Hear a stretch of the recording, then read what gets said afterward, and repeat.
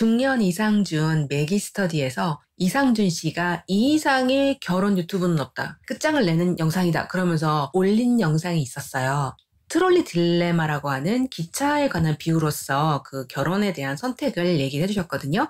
내용은 이렇습니다. 기차가 지금 가요. 내가 기관사예요. 길이 두 갈래로 나눠집니다. 오른쪽에는 내 사람이 될 수 있는 한 명의 여성이 있고요.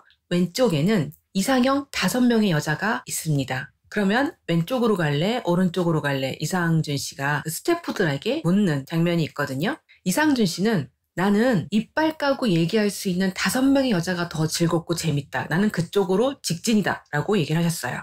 그 스태프 중에는 결혼하신 유부남 스태프분도 계셨는데 이상준 씨가 너 만약에 싱글이라면 어떻게 할 건데? 그랬더니 이제 결국엔 그럼 5명이 있는 쪽으로 갈 것 같다라고 스태프 4분들 모두 5명 쪽을 선택하셨습니다. 영상 속에서. 그런데 이상준 씨가 말한 이 문제의 조건에는 명확히 말해서 내 사람 1명과 이상형 5명 이 2가지를 제시하고 있단 말이에요. 선택을 하라는 거예요. 이제 이 질문의 디테일로 갔을 때 전 좀 의문이 들어요. 이상준 포함 그리고 스태프들도 다 포함해서 과연 그 5명의 이상형과 노는 것을 선택할 수 있을까? 확실히 보장된다고 했을 시에는 사망토론식을 나도 생각해보는 거야. 극과 극으로서 서로 이제 비교를 하는 거야. 사망토론의 가장 큰 프레임 유형은 뭐냐면 디테일이 없어. 총론적인 극단적인 이분으로 쪼개는 거야. 그러니까 이제 선택을 양쪽으로 완전히 몰리게 하는 거지. 근데 우리가 사망토론식으로 세상을 살아가지도 않거니와 사망토론식으로 모든 거를 판단하면은 우리 선택에서 오류가 많이 일어날 수가 있습니다. 예전에 저는 아이들한테 여러 번 물어본 적이 있어요. 우리 사회에 부자 되세요, 부자 되세요 이런 것들이 너무나 유행했을 때 그때 아이들한테 사망토론식으로 물어봤습니다. 만약에 다시 새로 태어난다고 한다면은 부자 부모를 선택할래? 아니면 가난한 부모를 선택할래? 이렇게 물었어요. 그랬더니 아이들 모두 다 부자 부모를 선택하겠대요. 그런데 여기다가 이제 디테일을 추가했습니다. 자, 얘들아.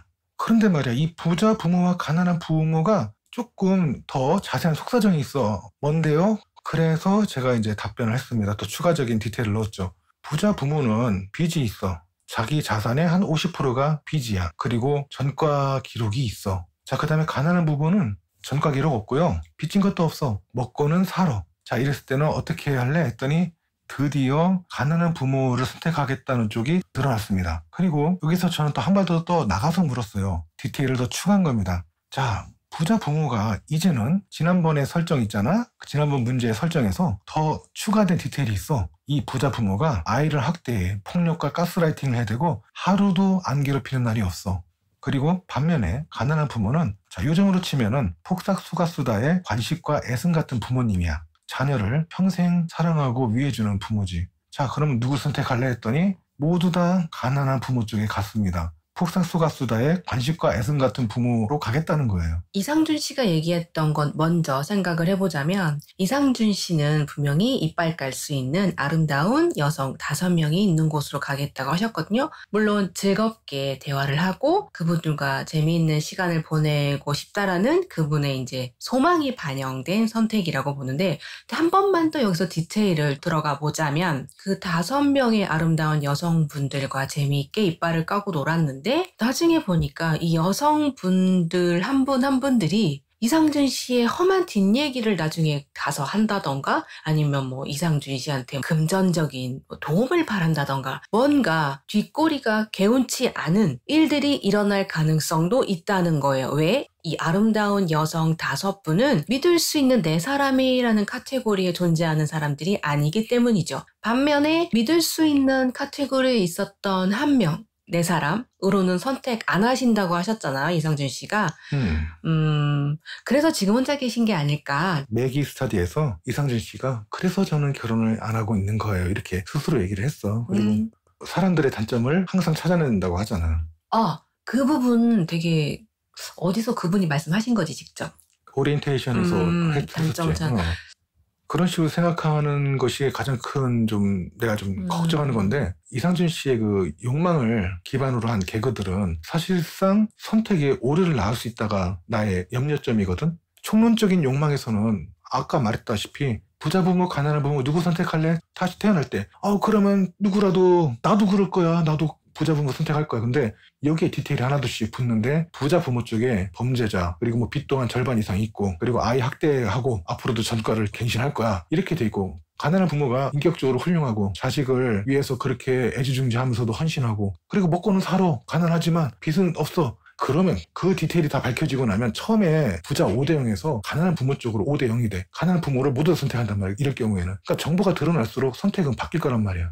만약에 이상준 씨가 인생의 목표가 그렇게 다양한 이성과 즐겁게 대화를 나누면서 이빨을 까면서 죽는 마지막 순간까지 함께하는 것이 인생의 목표라고 한다면 참 좋을 것 같아요. 그런데 만약에 중간에 본인의 인생의 목표가 바뀌는 순간이 오면 어떻게 할 건가 하는 생각도 들었어요. 빼앗기기 싫다는 것에서 모든 것을 다 줘야 하는 상황으로 바뀌는 것처럼요. 그러니까 지난번에 다뤘던 포레스가 바로 그런 사례였죠. 즐기려고 생각한다면 당연히 5명의 아주 아름다운 이성과 함께 노는 것이 최고의 선택지입니다. 근데 즐기는 게 더 이상 의미가 없다면 그때는 선택지는 당연히 바뀔 겁니다. 바뀔 수밖에 없어요. 한참 유행하던 마라탕 맛있다고 되게 들썩들썩 했었는데 마라탕 맛있다고 마라탕만 먹다가 배가 탈났다는 이야기 되게 많이 들었거든요. 맛있고 멋있고 유행하고 즐거운 그 모든 것들이 오랜 시간 즐기다 보면 어느 순간 한계에 다다를 때가 있고